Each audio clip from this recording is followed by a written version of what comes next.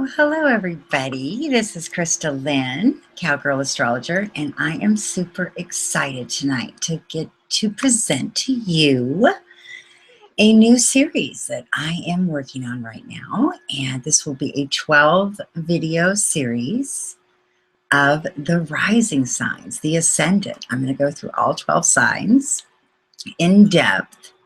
And I know there's a lot of videos out there that other astrologers have done, people have done on the Ascendant and the Rising, but I just thought it was time. This is something I've wanted to do for a long time. I have so many people asking me questions, and I've been trying to talk a lot more about explaining how astrology works so that you can use it in your everyday life. And so I thought it was time that I brought my interpretation to the table. So tonight we are going to talk about Aries Ascendant or an Aries rising. And to know your rising sign, you do have to know your date of birth or your time of birth. You have to know what time you were born in your city and state, and that will tell you where the sun was rising from the east the second you were born. And that will cast an influence on you. It's called your ascendant. It's your outer persona. And this also sets your life path. This sets the 12 houses that are specifically designed in your chart. And it tells us a lot about you. It tells us a lot about ourselves. If you're looking at your own chart, this is a very important part of astrology. If you do not know your time of birth, and a lot of people, haven't been able to, it's not on their birth certificate or they don't have it, I will tell you that what I'm going to talk about tonight, you may see also the themes play out in the lives of people who have the sun and moon in Aries. Now, it won't be as specific. And when we're doing timelines in astrology, or we're doing transits, we're looking at what's going on, your actual ascendant and the degrees of the houses give us a much more accurate picture of, how to, look at these timelines in your life. But as far as the themes go and certain storylines, I like to call them, you will see a lot of these storylines as a sun in Aries or moon in Aries. So that might help you guys a little bit. So let's get started tonight. First of all, I want to say that the Aries is very special.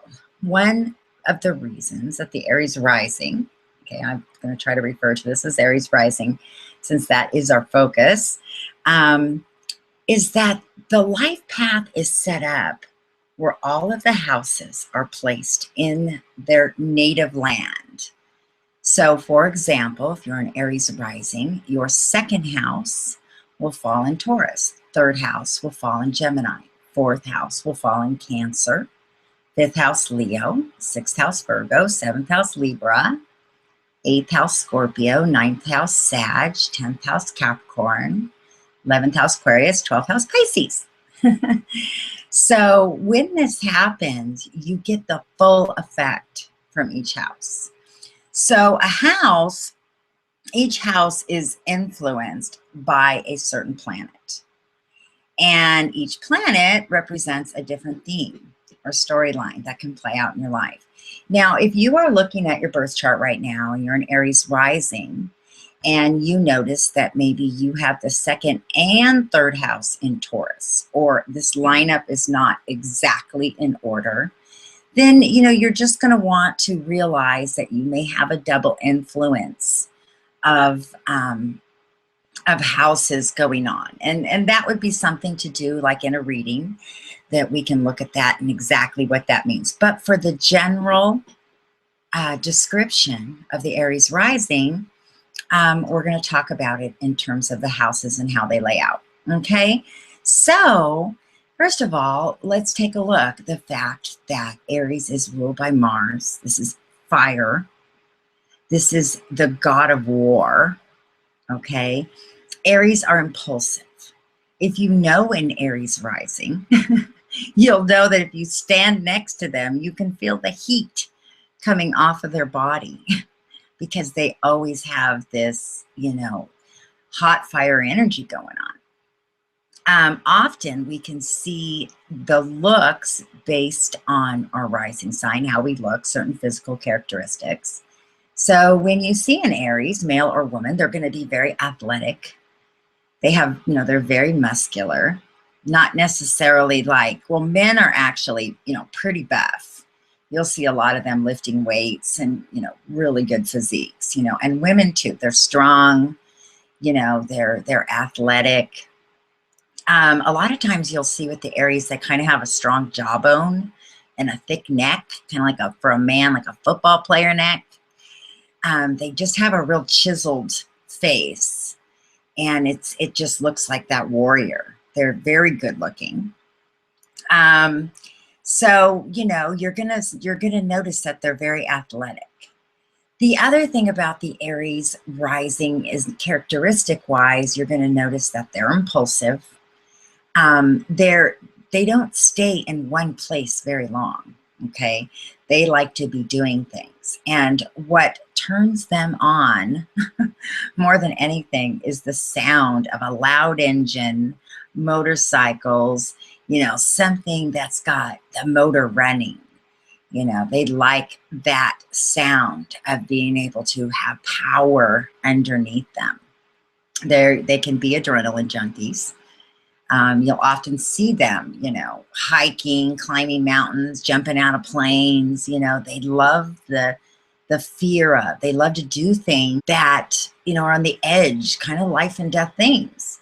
So a lot of times they can get hurt. They can have broken bones. They can, they can get themselves into trouble because they are just so impulsive and kind of like do now, think later. Okay, so that's a couple of things about the Aries. And as I get into this, I'll be talking about more things. Being that the Aries rising has the second house in Taurus, the second house is your values. It's what you learned as a child. It can also be possessions. So something that an Aries rising loves is to collect possessions from the family. Like if their grandfather gives them a knife or, any type of tool or anything like that that's passed down from the family, the Aries rising is collecting and valuing, and kind of a little bit of a hoarder there, that they collect things of value, that sentimental things. They can be very sentimental. Often, as far as career goes, and again, we'll get more into this, but as career goes, they can often do something in their career that once was a childhood hobby or something they learned as a child. Maybe your dad was a construction worker and you were a young kid and learned construction. You grow up and, you run a construction company. That's not uncommon for that to happen. You see them, they have a way with women. Okay, I'm kind of talking about Aries men, but same with Aries women. They have a thing for women. They can coach other women. A lot of times you see them as athletic coaches. If they played sports as a kid, they will go and become a coach. That's not uncommon. Very, very athletic. Very, very competitive. One thing about the Aries rising that's, kind of cool. And, again, when we're talking about characteristics of the zodiac signs, I have a philosophy that, we were created with these instincts, and it's learning how to channel them in the most productive way. And when we put down the signs, and, we can do that in fun and kind of have fun with that because, we all have things that drive each other crazy, let's face it. But we're not going to change each other, and we don't want to change those things because it's in those things that make us who we are. And when we channel that energy, we contribute to the world around us. So for the Aries, they have that competitive spirit. And when they get really on fire and do great things is when they're getting urged on a little bit competitively. It kind of reminds me of like a horse. I've ridden horses all my life, and sometimes you'll be riding a horse and you'll be riding with your friend. You know, you go out on a trail ride. Hey, let's meet down the road and we'll ride, go on a ride together. And maybe this horse you're riding doesn't know the horse of the friend you're riding with, and you meet for the first time.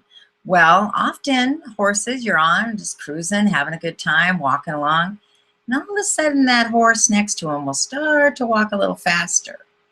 And your good old faithful horse now starts to perk up, starts to move forward, starts to get that little competitive edge and has to be in the front. And you'll have both horses suddenly competing to just have their nose, one nose hair ahead. And you can feel it come underneath you if you're a rider. It's not something you can make happen. The horse will just automatically, you know, get competitive. Now there's other horses you can ride that they don't want to lead. They just want to follow. And so if a horse passes them up a little bit, they're happy. They don't have to think.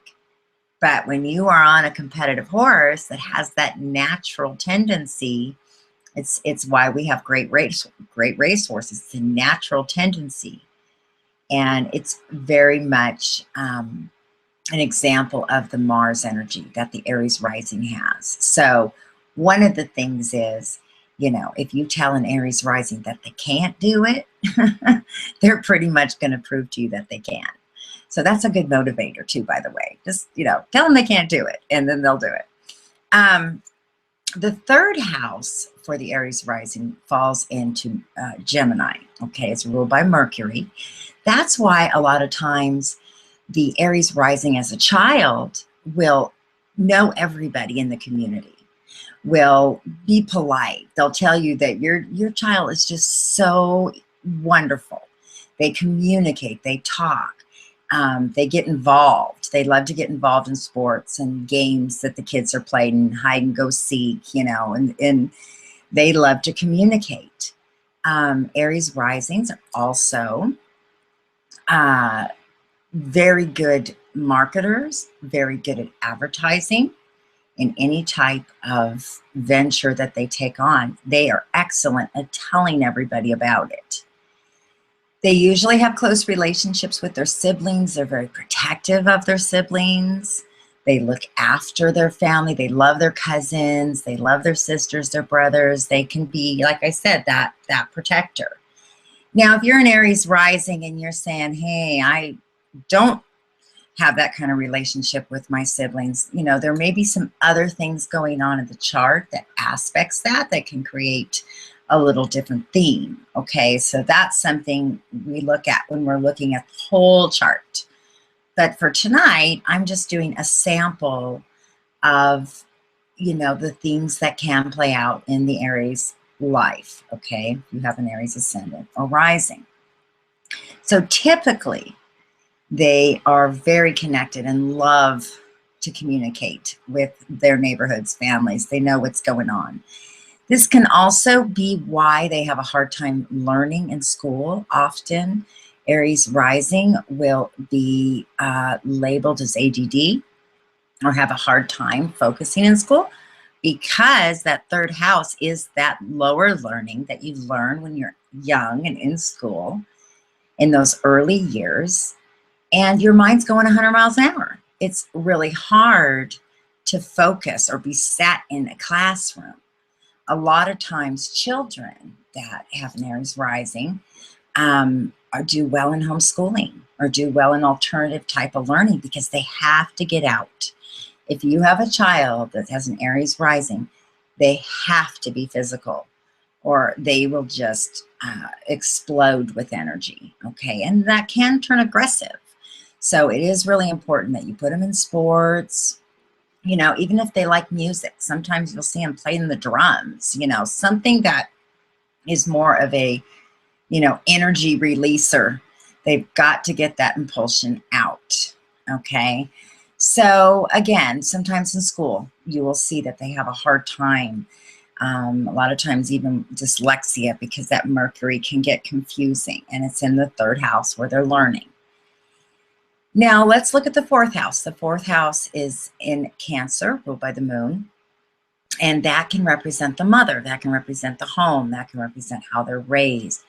Often, if it's an Aries rising male, they can be a mama's boy.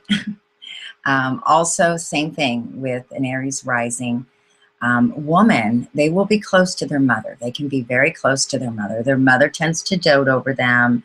Their mother tends to be very protective over them. If they have a hard time in school, that mother will be coming down to the school and wanting to make sure their child's being treated fairly. This can be a mother that's stay-home mother, a mother that's very involved in sports and encouraging them. Sometimes this can indicate a mother that they have to take care of, or a mother that's, you know, maybe emotionally not stable or having a hard time and they have to be independent.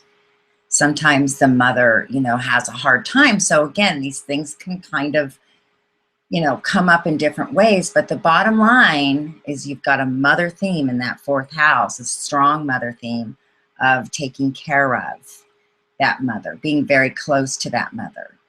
And that mother also, you know, doting, a little bit of a doting mother going on. And now let's take a look at the fifth house. The fifth house, Leo is in the fifth house of the Aries rising, and that's ruled by the sun.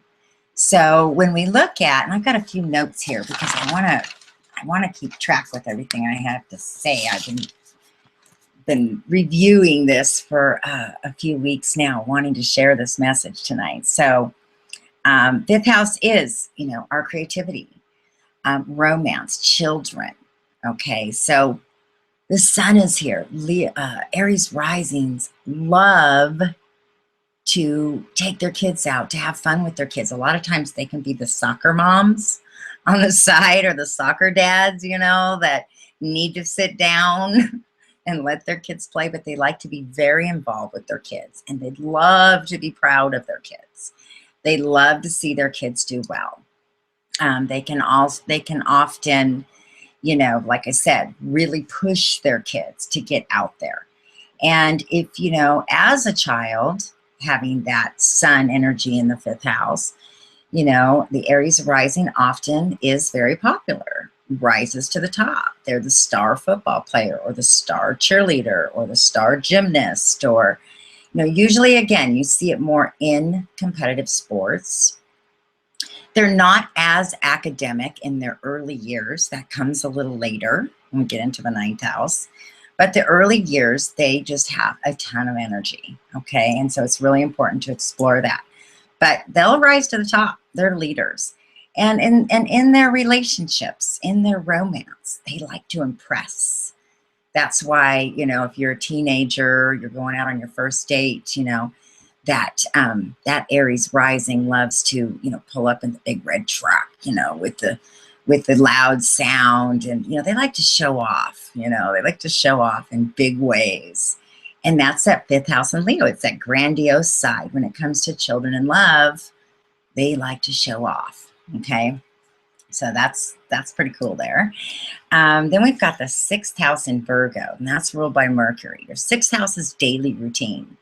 So as the Aries rising gets a little older and starts having the daily routine, you can kind of see these houses play out at different ages in our life. They represent different cycles in our life. Now, an Aries rising is always young at heart, always very young at heart, even until they get old. They're young at heart. They're playful. But when it comes to work, they've got that Mercury there, ruled by Virgo, and they can be very disciplined when it comes to a daily routine. They do like to work. They can organize groups of people. They can, like I said, be a life coach, be an athletic coach. They can organize teams. You know, they are earthy, so they've got that side of them. They can be an awesome entrepreneur. All right, that's that sixth house. They're very creative. They're self-starters. And, you know, they're pretty perfectionistic. They do need to stay on a schedule because of the fact they can be so impulsive. They can, you know, kind of go anywhere the wind blows. So when it comes to work, having that strong Mercurian energy there, you know, getting them to focus and organize and stay on a routine.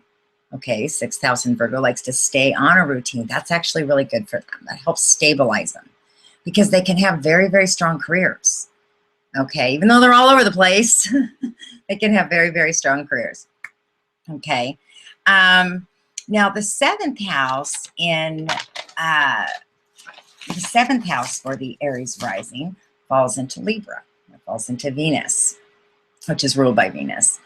And this is partnerships, relationships, emotional connections, business partnerships, more serious, romantic relationships. In the fifth house where we've got Leo, we're just showing off. We're having a good time in our relationships. But by the time we get to the seventh house, we're getting a little more serious. Now, often the Aries rising is truly the knight in shining armor. Okay, they love to play that role. And it's important that they do play that role. Don't try to change the storyline, because that's who they are. If you ever need someone to have your back, that's going to protect you, that's going to show up, that's going to stand up for you, it's an Aries rising. And they will show up and they will be there impulsively at the minute. They won't go, oh, let me see what's going on. They love to stop what they're doing and save the day. So if you need someone at the spur of the moment, you're stuck on the side of the road, or you got this emergency, you call your Aries rising, because they will be there in a flash. And they do take a leadership role in their romantic partnerships and their romantic relationships. So if you're dating an Aries rising or married to an Aries rising, they're going to take the leadership role. They're going to want to lead. They want you to respect that in them. They want you to trust them. And if you put them down, or you, especially if you're a woman and you put your man down and you try to minimize him and he's an Aries rising, that's not going to go well. That's not going to go well for long, because they need, as part of their being, to feel like they're in control and that, you can trust them. It's about you trusting them, not so much about them being controlling. It's about them knowing, that they feel like, that at any moment, they're going to be there for you. They need that. They need to feel that. A lot of times they will be attracted to the Libra, because that is the seventh house. And it's really, I think, the Aries Libra connection is very powerful, because the Libra truly wants someone that can make the decisions, that they can trust, that they know has got it, and that they can focus on the things that they want to focus on. The Aries does kind of like to have that beautiful woman, on his arm, and the Libra does fit that very well, the Libra woman. As far as the Aries rising woman, she's strong. She's independent, and she's going to tell you like it is.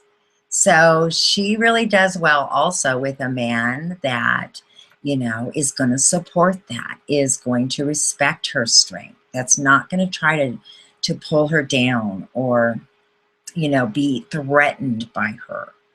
It doesn't mean that she has to have a weak man, because the Aries rising woman actually is more attracted to a strong man. But there has to be a yielding there. There has to be, she's turned on by someone that is thinking of her. The Aries rising does love to be catered to come home from work. I'll use a man example again, to come home from work and, have his wife come over and go, here, here, honey, would you like something to drink? Here, let me take your shoes off. Let me rub your feet a little bit. And I'm not talking about that in a, like submissive way that would be undermining to anybody. I'm talking about that in a beautiful connection of, that's how they feel special, that somebody wants to dote on them a little bit and revolve their world around them. The Aries rising, that's kind of how it is. Everybody's like, they're like movers and shakers, and everybody starts, getting into line. That's why they do really awesome in military, and they do really awesome in leadership roles. We'll talk about career here in a minute. But their relationship, like I said, they're strong, and they also like the chase. Okay, so if you're in the dating scene and you're dating an Aries rising, you know, don't give in so easy. Don't look like you're desperate. They like someone they have to chase a little bit, someone that's kind of hard to get, somebody that they have to work for because they want to use that Mars energy. They want to, you know, climb mountains and, you know, go over the burning flames for you.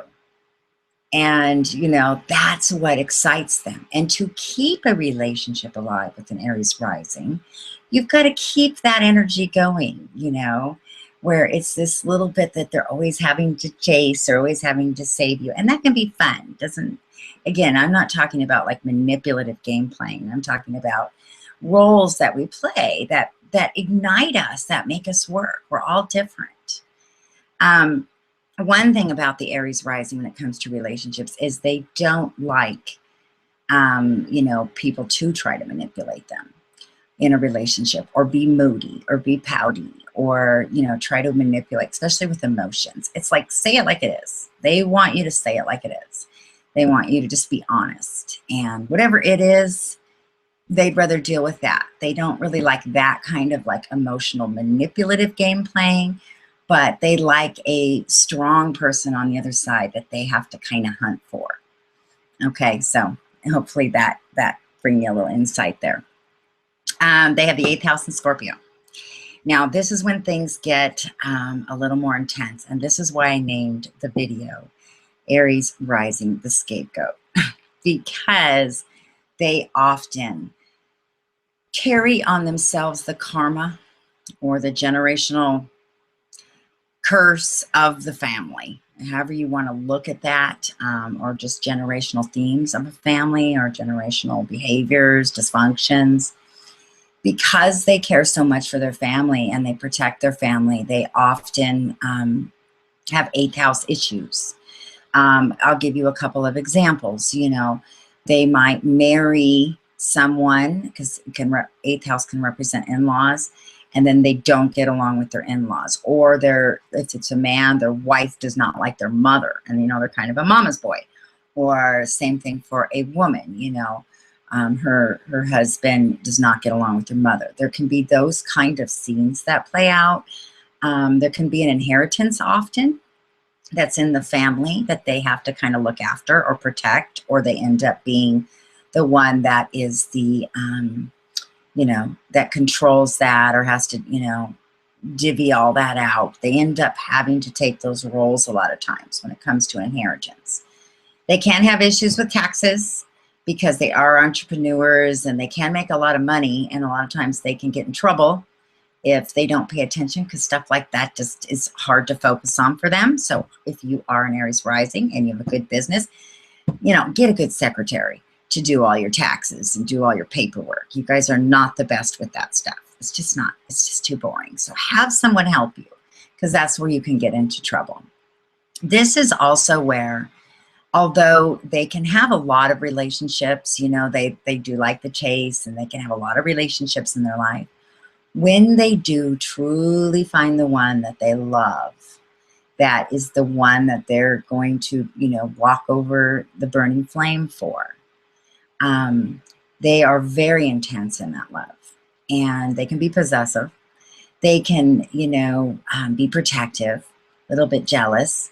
But more than that, it's private, and it's a deep, very, very intense love that they can have. It's just a little deeper under the surface. So when we look at these houses and you're looking at the 1st and 2nd, 3rd and 4th house, this is their early years where they're still developing and they haven't really gained that in-depth understanding of love and stuff. So it's still kind of up here playing around, having fun. But so when you meet an Aries rising, you may not think that they're that deep.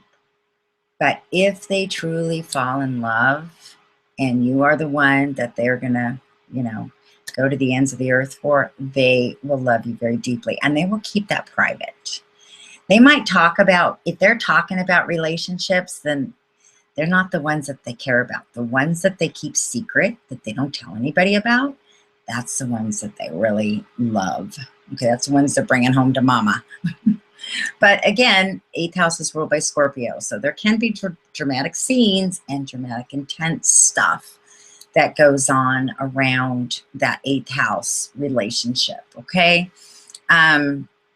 Let's keep going. I don't want to make this too long, but I want to cover these things for you guys. 9th house Sagittarius. 9th house often can also represent the father. It can represent spirituality. It can represent higher learning, higher education, going back to school later in life. Often the Aries rising will go back to school, sometimes in their 40s. Sometimes they will finally be ready to learn, you know, to really, it's important to them. And they'll learn a whole new skill. They can often be raised where they have a very religious father, or a father that's very philosophical, very, you know, can be very devout. So they often want to carry on that childhood faith. They feel very obligated and very devoted to what their father believes. You know, obviously that can also change where they end up wanting to pull away from that, but ultimately they do feel very connected to their childhood faith, and they'll tell everybody about it. They're not afraid to do that. Okay, their faith is very important to them, and they can be very spiritual. You know, even though they're impulsive and they're out doing all kinds of crazy things, deep down in their heart, they have a strong, usually religious or faith-based foundation, what they believe in. They have strong beliefs, and that can often come from the family. So there you go. And okay, so now let's look at the 10th house. 10th house is also called the MC, or the midheaven. And this is a very, very prominent place in the chart. So this represents career. This can represent your reputation to the world. This can represent, let's see what else I have on here. I know these things off my head, but there might be something I wanted to share. Aspirations, ambitions, your public persona, taking a stand publicly. And this is in the most powerful place because, you know, it's the 10th house is ruled by Saturn, okay? And so that is an awesome place to make money. We've got Capricorn in the 10th house. So often the Aries rising can do very, very well financially in their second half of life, usually after their first Saturn. They're climbing that mountain though, okay? They're climbing that mountain up into, you know, the second half of their life, and that's when they really take off. They're hard workers. They will, I mean, 10th house Capricorn, you know, I don't want to say like they'll climb over dead bodies, but what I mean by that is if they want to reach a goal, it's like get on or get off, you know, because I'm going. And if you're in the way and you're holding them back, they won't back down. They have enough self-worth and self-identity and self-drive to know that they have to fulfill that calling. And, you know, sometimes, you know, other signs, you know, when people hold them back, they undo, they give up, they sabotage it. No, not the Aries rising. They have a very strong, ambitious side. And again, they can do very well financially. Again, don't forget, they've got that entrepreneurial spirit in there. And, you know, 7th house Libra too, you guys, is excellent for partnerships, excellent for relationships. It's business partnerships as well. So when it comes to relationships, even though their life can be a little erratic, they have a good understanding of teamwork. Remember, they're the athlete. They were raised in teams.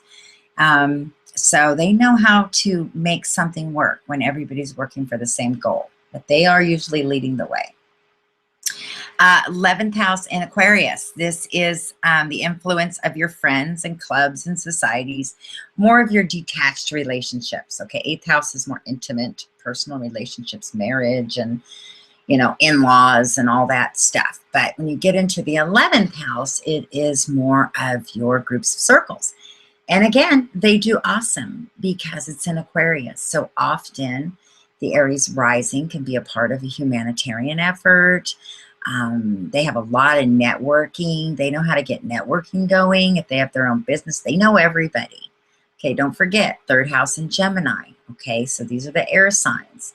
These are the communicating signs. So you've got the air signs in the 3rd, 7th, and 11th house. And they get their message out there. They're heard and they're well liked. They can be well liked, okay? If they're channeling all this energy out and doing something with it, you know, they're very charismatic. The last thing here that we'll talk about is the fact that they have their 12th house ruled by Neptune in Pisces. And this is really, you know, he talks about the 12th house. The 12th house can represent, you know, it's that sanctuary, need for seclusion.